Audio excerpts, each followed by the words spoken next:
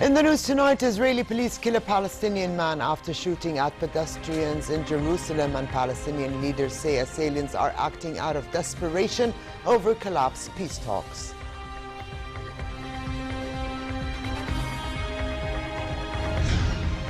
Hundreds of Yemenis gather at the United Nations headquarters in Sana'a, calling for an international investigation into an airstrike that killed 140 people. And the U.S. envoy to the United Nations says Washington will use all available means outside the UN Security Council to isolate North Korea over its nuclear weapons program.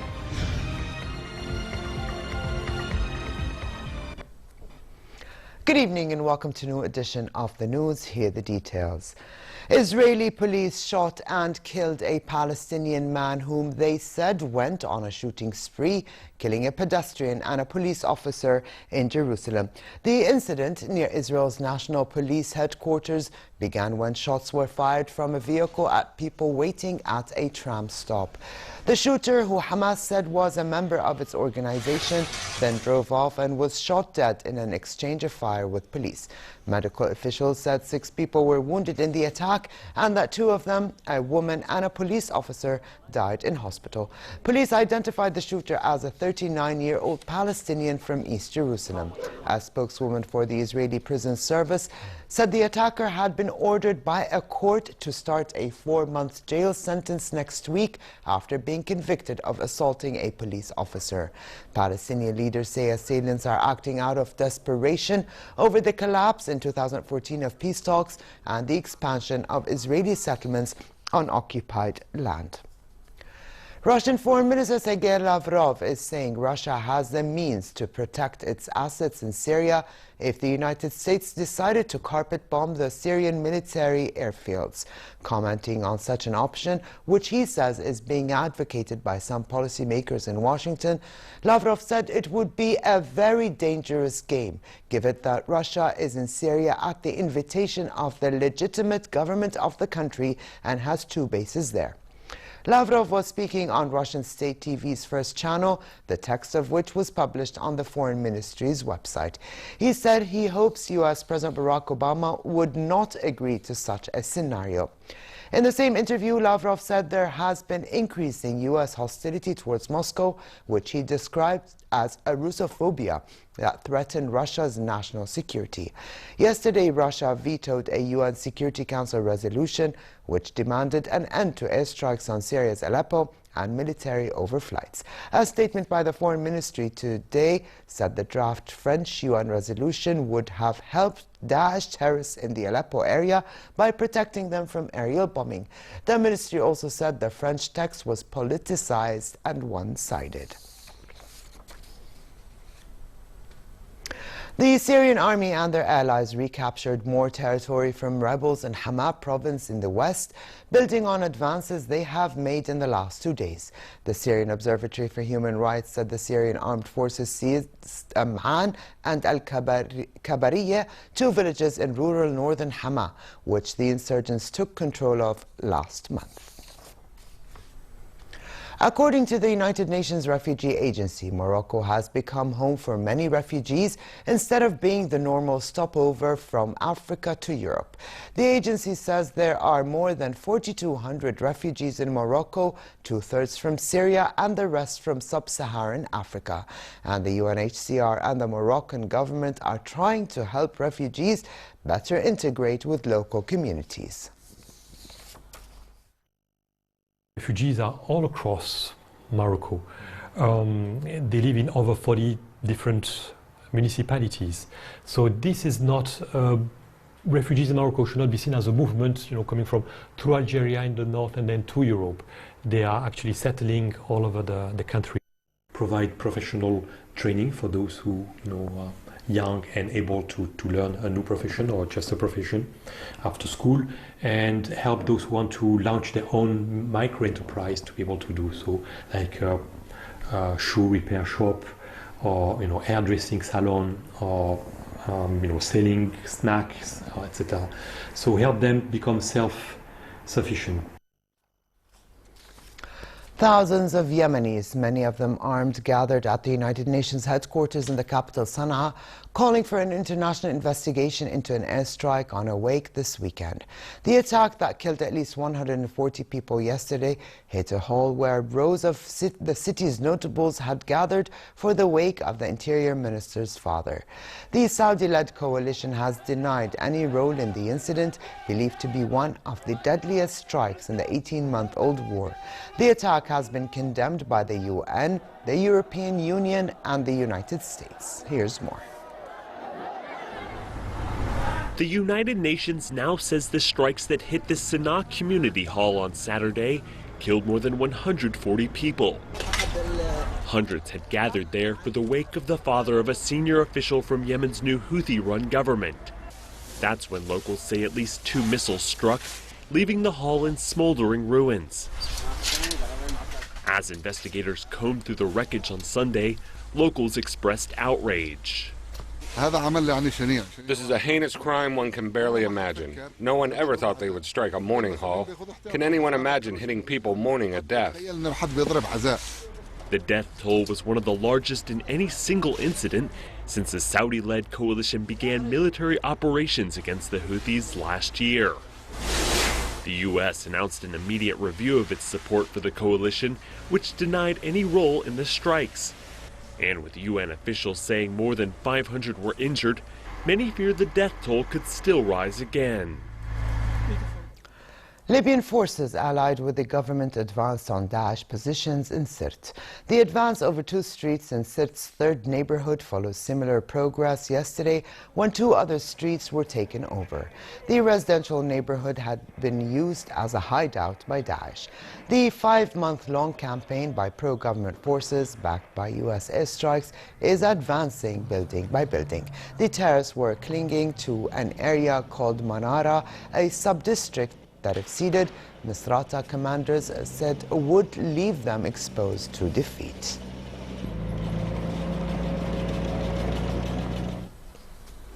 Ten Turkish soldiers and 8 civilians were killed when suspected Kurdish militants detonated a 5-ton truck bomb that ripped through a checkpoint near a military outpost in the country's southeast. Another 27 people, including 11 soldiers, were wounded in the blast, which hit a gendarmerie station in the Hakkari province. It was one of the most deadly attacks in the region in recent times. The attack occurred when a small truck approached the vehicle checkpoint and ignored an order to stop, prompting gendarmerie troops to open fire. Prime Minister Ben Ali Yildirim told reporters the bomb contained some 5 tons of explosives. And to North Korea, the U.S. envoy to the United Nations says Washington will use all available means outside the UN Security Council to isolate North Korea over its nuclear weapons program and counter its growing threat to world order. The envoy, Samantha Power, told a news conference in Seoul that the United States will also use its military as a deterrent to the North's threat. Power spoke following a visit to the heavily armed demilitarized zone border between the rival Koreas. Power's visit to the region, which included a stop in Tokyo last week, comes amid a push for tougher Security Council sanctions after the North's 5th nuclear test last month, despite a series of UN resolutions. Well, Security Council resolutions are one tool in our tool. While the United States may be further away geographically from the DPRK than you are, we take the threat that the DPRK poses just as seriously. We understand that this is not only a threat to the United States and to the Republic of Korea, but to the very foundation of our international order. U.S. Republican presidential nominee Donald Trump and Democrat Hillary Clinton go into a second debate at 1 a.m. GMT, the second of 3 scheduled presidential debates as the U.S. election contest enters its final weeks. It will be a town hall-style debate with undecided voters posing half the questions and the debate's 2 moderators posing the others. In the face of calls for him to abandon the U.S. race, Trump was defiant today, saying he has tremendous support despite a storm over vulgar comments he made about women, a video of which has surfaced yesterday. Republicans, on the other hand, have attacked Hillary Clinton over what they say is her role in trying to discredit women who accused her husband, Bill Clinton, of sexual misconduct decades ago. A Reuters Ipsos poll had Clinton leading by 5 points on Friday before the video surfaced. Trump campaign advisor and former New York City Mayor Rudy Giuliani defended the Republican candidate, saying Trump feels terrible about the vulgar comments he made, but assured he will not be stepping aside from the presidential race. As prepared as he's ever been, and he's all ready for the debate tonight, and he's obviously, feels very bad about what he said. He's apologized for it. He'll probably do it again. But what he'd like to do is move on to the issues that are facing the American people. And they only have a few more days to kind of think about it. Power was cut off from almost 2.2 million homes and businesses today after Hurricane Matthew pummeled the U.S. Atlantic southeast coast over the weekend. In Florida alone, almost 970,000 customers were affected by the power cut resulting from the storm. Matthew, the first major hurricane to hit the United States in more than 10 years, lashed Florida, Georgia, South and North Carolina with heavy rain and wind after killing almost 900 people in Haiti as it swept north through the Caribbean. The remnants of the storm, still packing winds of 120 kilometers per hour early today, were located in the Atlantic Ocean as they move away from the coast and into the sea.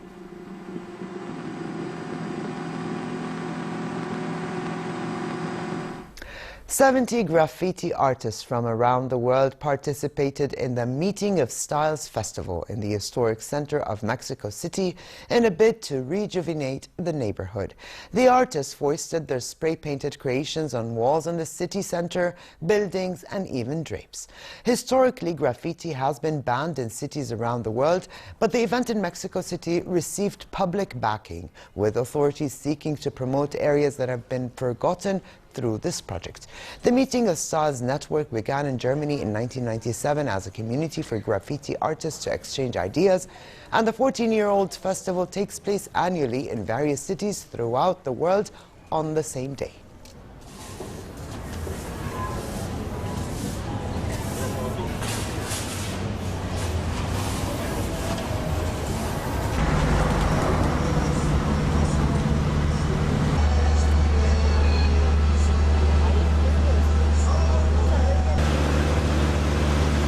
We do the graffiti before in the street, and it's really illegal. But now we are guests for do the big wall in the city. It's everywhere. It's for me it's cool because I can do that now. Before I can't. Now it's cool.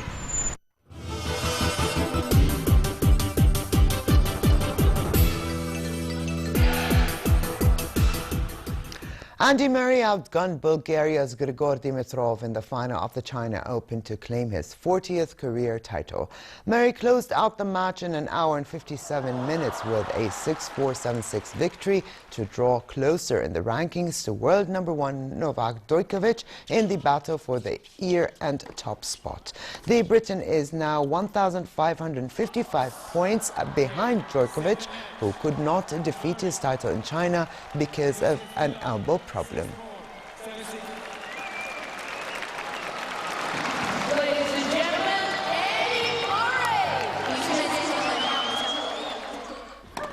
In the Women's China Open final, Agnieszka Radwanska collected her 20th career WTA title after a dominant 6-4, 6-2 victory over Britain's Johanna Konta.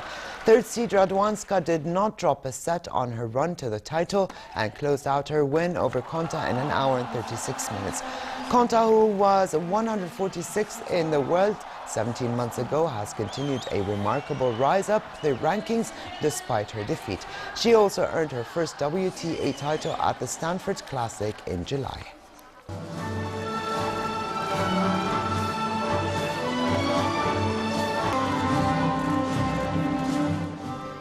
And finally, fair conditions continue in most regions for the rest of tonight, with low altitude clouds and northwesterly light to moderate winds. Tomorrow, moderate weather prevails across the kingdom with a high of 26 degrees Celsius in Amman, with winds northwesterly light to moderate, while temperatures remain in the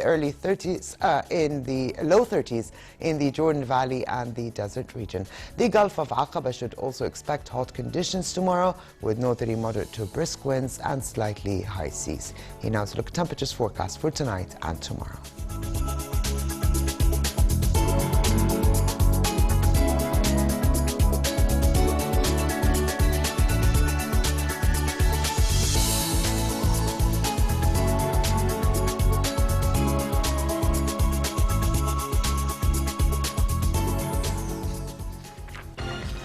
And to close, here's a reminder of the day's top stories. Israeli police kill a Palestinian man after shooting at pedestrians in Jerusalem.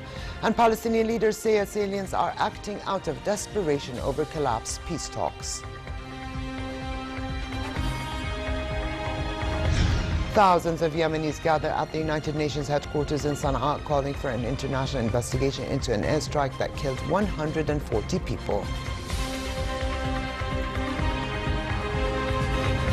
And the U.S. envoy to the United Nations says Washington will use all available means outside the UN Security Council to isolate North Korea over its nuclear weapons program.